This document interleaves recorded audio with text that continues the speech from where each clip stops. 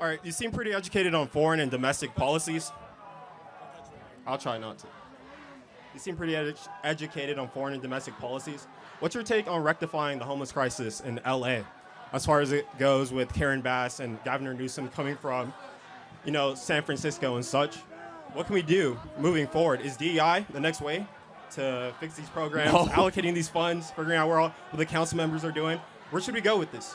What's the next step for Californians and locals? It's very simple. When Xi Jinping visited San Francisco, all the streets were cleaned up, and it looked like Singapore, and there were no more homeless. We can solve the homelessness problem overnight. That's correct. If we choose to do it. But your leaders are choosing not to clean up the streets. It takes the will.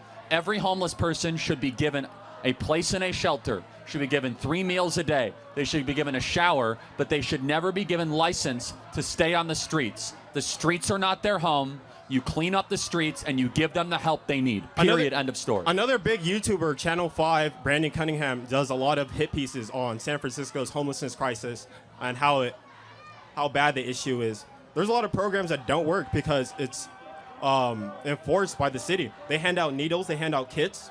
Correct. So what can you do to stop that? That's obviously Stop for the electing harm. Democrats. Yeah. So this local election, right? For the local election, a lot of people didn't turn out for the election. How can we increase the voter turnout to change those? I mean, it's as insofar that people want to keep on living in this hellscape, then you will. Yeah. But you do not have to have the homelessness problem. You do not have to have the crime problem. It is a casualty of choice. It is a choice to have the streets the way they are. And as long as people don't show up, I guess they don't care enough. Hey, we had a conversation earlier, make it quick, because I don't like to do repeats. But well, absolutely. Well, I'm talking about a different topic this time. You made some interesting points. About the crime statistics in the African American community. You think crime and poverty are intrinsically linked? Not always, but they could be directionally close to each other. For example, poor Asians are not necessarily more likely to commit crimes than a poor black person.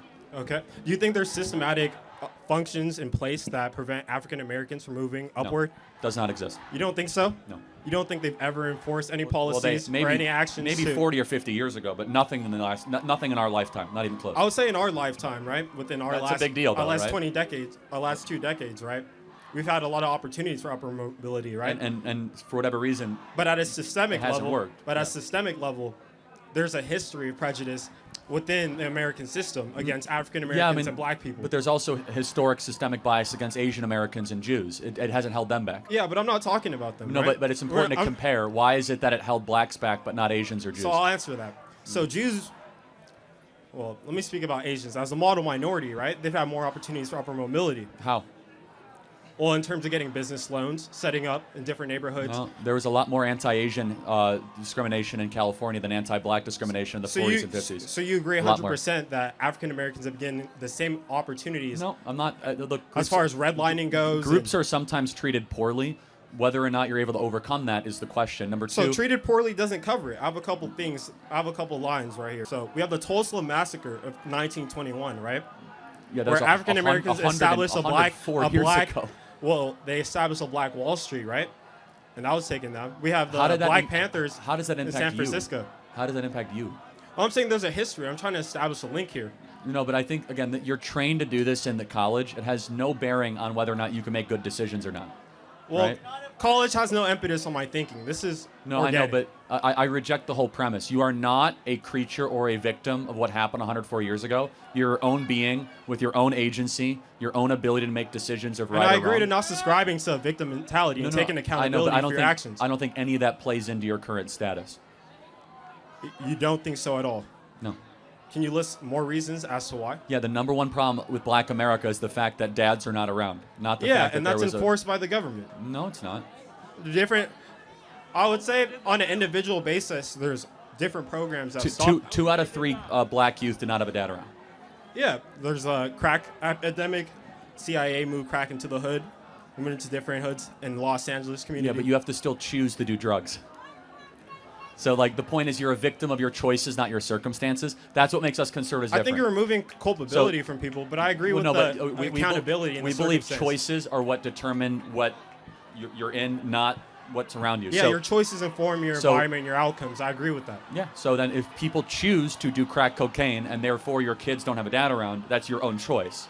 If you choose to commit crimes and you're in prison, that's your own choice. Yeah, but no other community has had this problem. Why is Black America have this problem? I think there's a direct link between the prison industrial complex and incarceration. Well, but how does one get to prison? And the profiling African Americans. Well, hold on. But first of all, it's not a profiling when it comes to that. Blacks are far more likely to commit crimes than any other group associated. It's like 3 to 4 times more likely. It's not even close.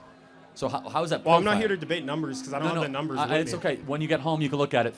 Black Americans are 13% of the population. They commit 55% of the violent crime. A statistic I've heard before. Right. Again, I don't have the numbers to It's fine. counter You could it. independently fact check it later. I don't anticipate you to have it off the top of your head. But why is that?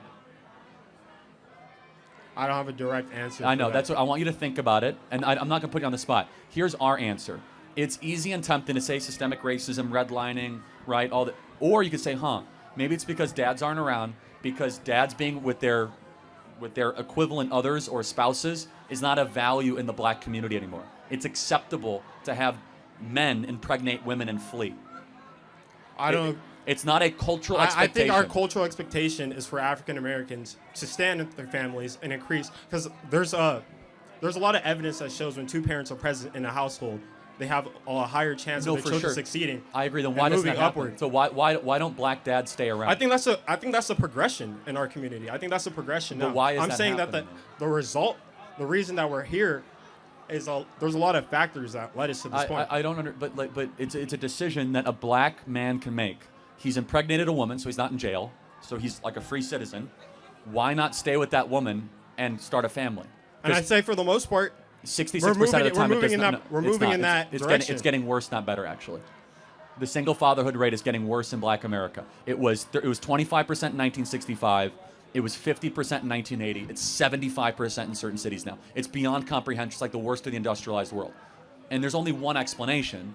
It's that it's not a cultural value in Black America right now. I think we have to disagree. I think it is a cultural value moving forward, and I think But it then has why been is a it cultural happening? value. And I think post-civil rights movements, especially during the civil rights movement, that was a major impetus. That was a major focus of the black community, and that's how we got through that movement. You know, Black through America. that structure and that family You know, Black unit. America's actually gotten poorer since the Civil Rights Act.